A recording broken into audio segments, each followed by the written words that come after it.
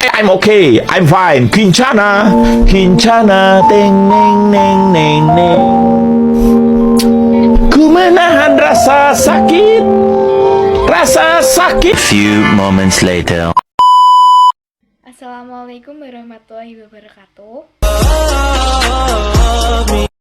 Annyeonghaseyo Yerabun. Perkenalkan, nama saya Miranda Nur Safira dari kelas 10 3 nomor absen 20. Di video ini saya akan menjelaskan tentang sejarah terbentuknya Pancasila dan perubahan Undang-Undang Dasar tahun 1945 dari awal hingga sekarang. Yang pertama, saya akan menyampaikan tentang sejarah terbentuknya Pancasila.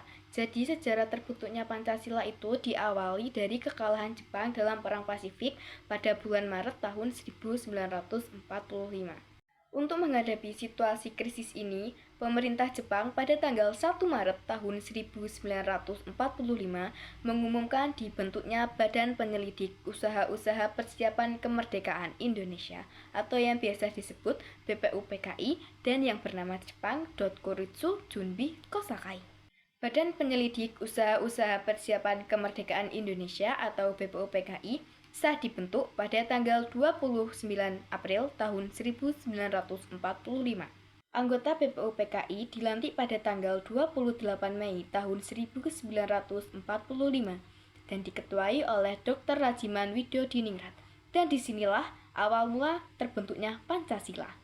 Pancasila terbentuk dari hasil sidang pertama BPUPKI pada tanggal 29 Mei sampai 1 Juni tahun 1945. Dan di hari pertama sidang pembukaan BPUPKI, para pendiri bangsa diantaranya Muhammad Yamin, Supomo, dan Insinyur Soekarno mengemukakan pendapatnya tentang pokok-pokok dasar negara Indonesia. Yang pertama ada Muhammad Yamin.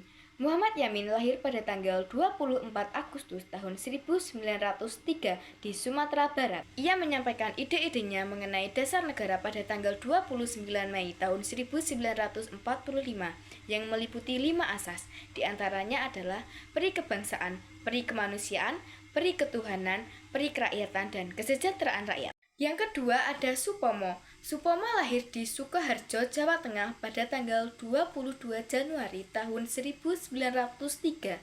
Ia dapat menyampaikan pendapatnya mengenai dasar negara Indonesia pada tanggal 31 Mei tahun 1945. Supomo mengusulkan pemikirannya meliputi 5 asas, di antaranya persatuan, kekeluargaan, keseimbangan lahir batin, masyarakat, dan keadilan rakyat. Yang ketiga ada Insinyur Soekarno. Insinyur Soekarno lahir pada tanggal 6 Juni tahun 1901 di Surabaya, Jawa Timur. Insinyur Soekarno menyampaikan pemikirannya pada tanggal 1 Juni tahun 1945.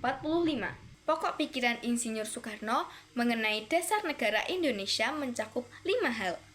Yang pertama, kebangsaan Indonesia. Yang kedua, nasionalisme atau peri kemanusiaan. Yang ketiga, mufakat atau demokrasi.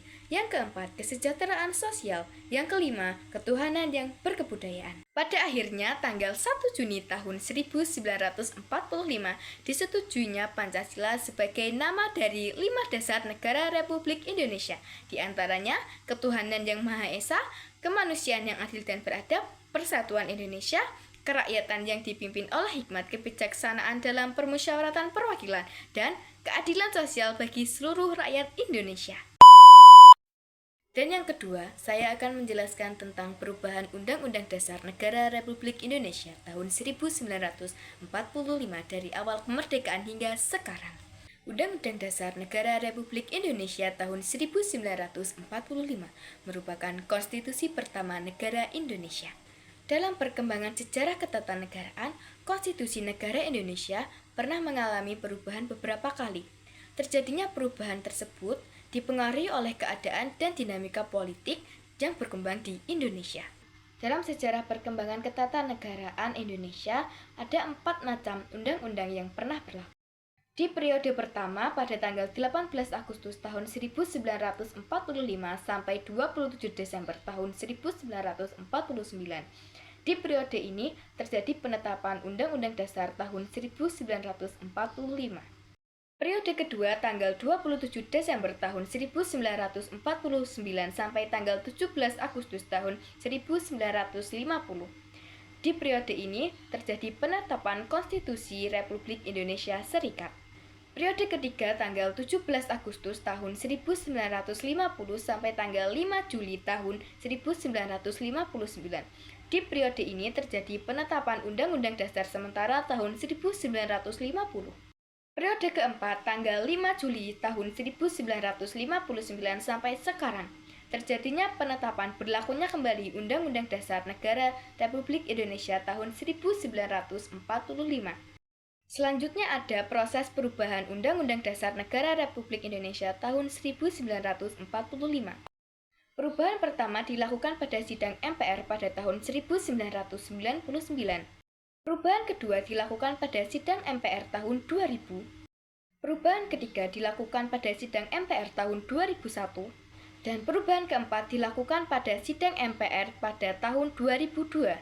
Perubahan UUD tahun 1945 meliputi hampir keseluruhan materi UUD tahun 1945. Naskah asli UUD 1945 berisi 71 butir ketentuan, sedangkan perubahan yang dilakukan menghasilkan 199 butir ketentuan. Baik, itu saja yang dapat saya sampaikan di video ini. Kurang lebihnya mohon maaf. Jika ada kesalahan dalam saya menyampaikan materi, saya mohon maaf sebesar-besarnya. Hamsahamnida. Bye-bye.